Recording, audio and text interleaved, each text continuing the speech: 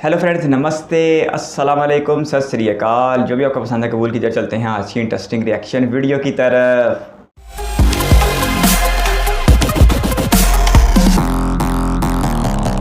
दोस्तों, क्या India world power बनने की तरफ मूव कर रहा है? कुछ लोग इसको पॉसिबल मानते हैं तो वहीं कुछ लोग इसको इम्पॉसिबल मानते हैं। मेरी आपसे बस एक रिक्वेस्ट है, वीडियो बिल्कुल भी स्किप मत करना। आपके सारे डाउट आज की इस वीडियो में एक एक करके दूर हो जाएंगे। दोस्तों, 75 साल पहले हमारे देश से जब अंग्रेज गए थे, उस वक्त के हालात इंडिया के आपकी सोच से भी नाजुक थे। इंडिया की सड़कों पे 8 मिलियन से ज्यादा रिफ्यूजीज थे। इंडिया के रेलवे स्टेशन पर लाशों का ढेर लगा रहता था और उस समय हर कंट्री से एक ही सवाल हमें सुनने को मिलता था, क्या भारत कभी सरवाइव कर पाएगा भी या नहीं। आज वही भारत 70 से 75 साल के बाद वर्ल्ड की फास्टेस्ट ग्रोइंग इकोनॉमी है। आज इंडिया वर्ल्ड की 3rd लार्जेस्ट इकोनॉमी है in term of GDP PPP and 5th largest economy है in term of nominal GDP. कोविड-19 के बाद जहां बड़े बड़े देशों की इकोनॉमी हिल चुकी है, वहीं इंडिया आज भी 7% रियल ग्रोथ से ग्रो कर रहा है। जो एक समय पर अपने देश वालों के लिए खाना तक नहीं उगा पा रहा था, आज वही इंडिया पूरे वर्ल्ड का 2nd लार्जेस्ट प्रोड्यूसर है फूड का।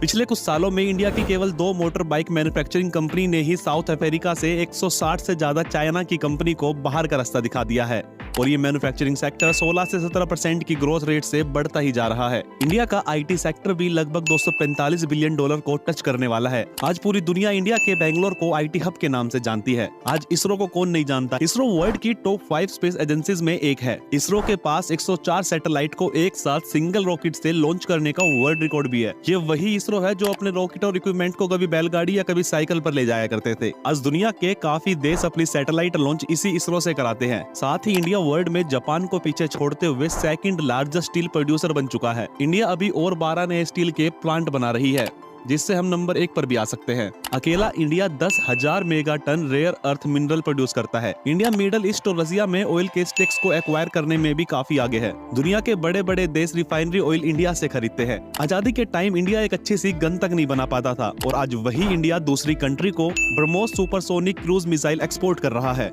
इतना ही नहीं, बात ट्रांसपोर्ट की करें तो इंडिया का रेलवे नेटवर्क वर्ल्ड का 4th लार्जेस्ट रेल नेटवर्क है और अराउंड 1,14,500 किलोमीटर का ट्रैक हमारे पास है, जिस पर आज semi high speed Vande Bharat जैसी मेड इन इंडिया ट्रेन चल रही है, जिसको जल्द बाहर दूसरी कंट्रीज को भी एक्सपोर्ट किया जाएगा। इंडिया तेजी से modern mass rapid transit system में डेवलप कर रहा है, जिसमें दिल्ली से मेरठ और दिल्ली से अलवर तक RRTS हाई स्पीड ट्रेन चलाई जाएगी। साथ ही इंडिया के मेजर बड़ी सिटीज में ऑलरेडी मेट्रो चल रही है, जिसमें दिल्ली, मुंबई, चेन्नई, बैंगलोर, कोलकाता, हैदराबाद, कोची, गुड़गांव, जयपुर, लखनऊ, नोएडा, पुणे, भोपाल, नागपुर, इंदौर, कानपुर, अहमदाबाद जैसे शहर शामिल है। इंडिया में बुलेट ट्रेन पे भी आज काफी तेजी से काम चल रहा है। बात टूरिज्म की करें तो टूरिज्म में भी इंडिया काफी अच्छा रैंक करता है और मिलियंस ऑफ पीपल हर साल इंडिया में घूमने को आते हैं। साल 2005 में इंडिया में 3.9 मिलियन टूरिस्ट आए थे, जिसमें एवरेज बंदों ने $1400 स्पेंड किया था, जो कि फ्रांस से भी ज्यादा है, जो कि मोस्ट विजिट टूरिस्ट डेस्टिनेशन है दुनिया में। बात मेडिकल टूरिज्म की करें तो 1.5 लाख से ज्यादा लोग हर साल इंडिया को विजिट करते हैं फॉर मेडिकल टूरिज्म और ये नंबर हर साल 25% इंक्रीज हो रहा है।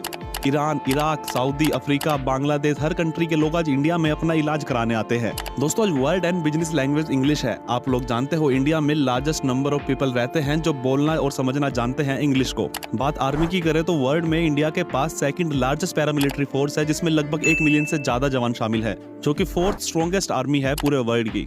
Indian army, Indian navy force, Indian air force और न्यूक्लियर पावर और जवानों के जोश के साथ मिलकर भारत को हरा पाना इम्पॉसिबल है और ना जाने कितनी मिसाइलें इंडिया हर साल मेड इन इंडिया के तहत डेवलप कर रहा है।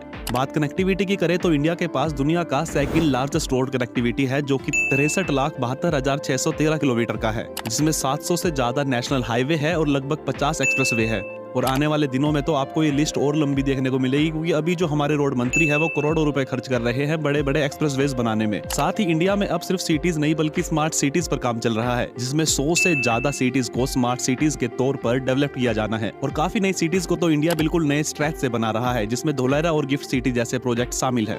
इंडिया में वर्ल्ड का सबसे बड़ा ब्रिज चेनाब रिवर ब्रिज को भी बनाया गया है। दुनिया की सबसे बड़ी मूर्ति स्टैच्यू ऑफ यूनिटी भी इंडिया में है। बात अभी वर्ल्ड सुपर पावर बनने की है तो हिस्ट्री में मैं ज्यादा जाऊंगा नहीं और जो सब बातें मैंने आपको बताई है वो सब इंडिया ने 75 सालों में अचीव किया है। अगर अभी भी आपको डाउट है इंडिया पर, तो आप खुद सोचिए, इंडिया में आज सबसे ज्यादा यंग पॉपुलेशन रहती है, और ये यंग पॉपुलेशन अगर आज मिलकर इंडिया को आगे बढ़ाने का काम करे तो क्या इंडिया वर्ल्ड सुपर पावर नहीं बन सकता?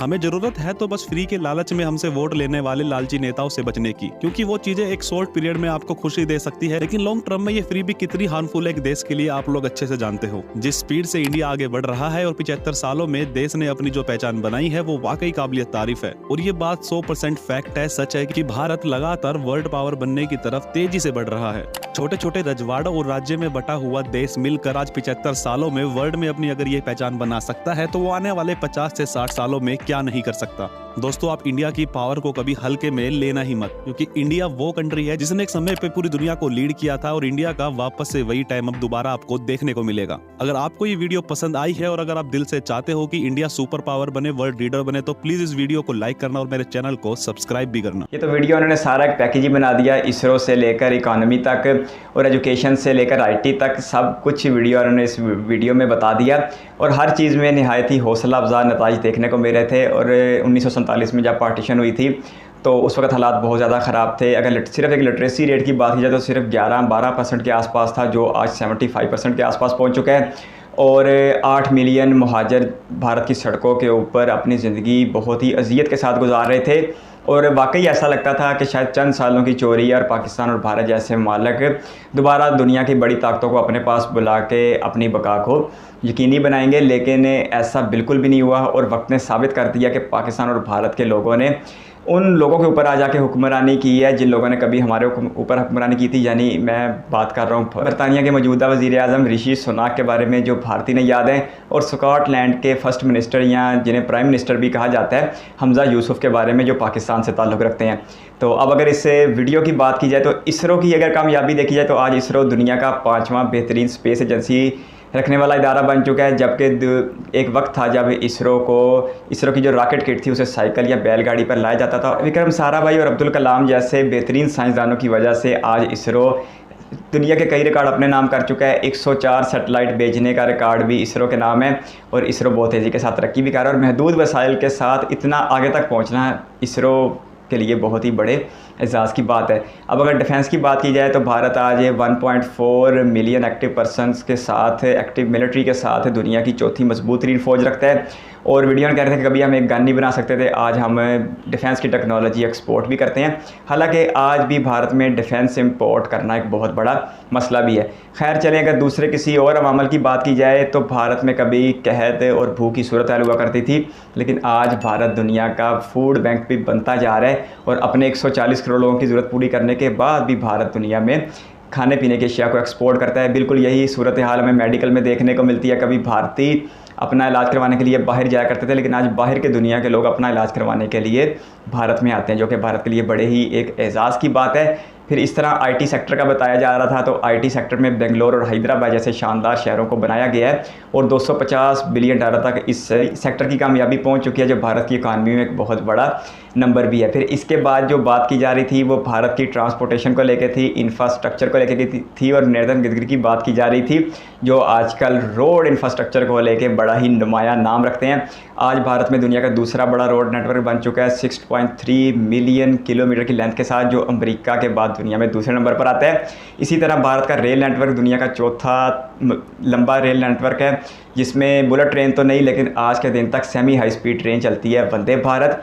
और इसी तरह भारत में पहली RRTS भी चलने के बहुत ज़्यादा करीब है। वैसे मुझे पर्सनली उसका बहुत ज़्यादा इंतज़ार है, क्योंकि मार्च 2023 से उसकी डेडलाइन ही सुनते चले आ रहे हैं, वो दिल्ली से मेरठ तक होगी।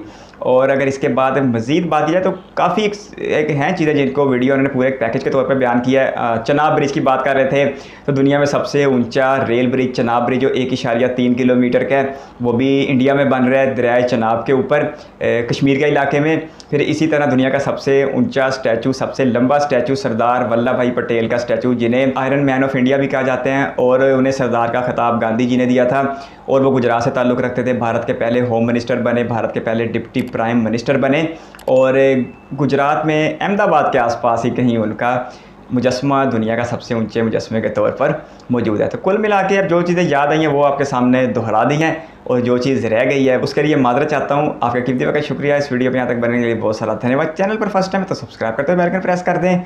बहुत जल्द एक और इंटरेस्टिंग रिएक्शन वीडियो के साथ मिलेंगे, तब तक के लिए अपना बहुत सारा ख्याल रखिएगा। Bye bye.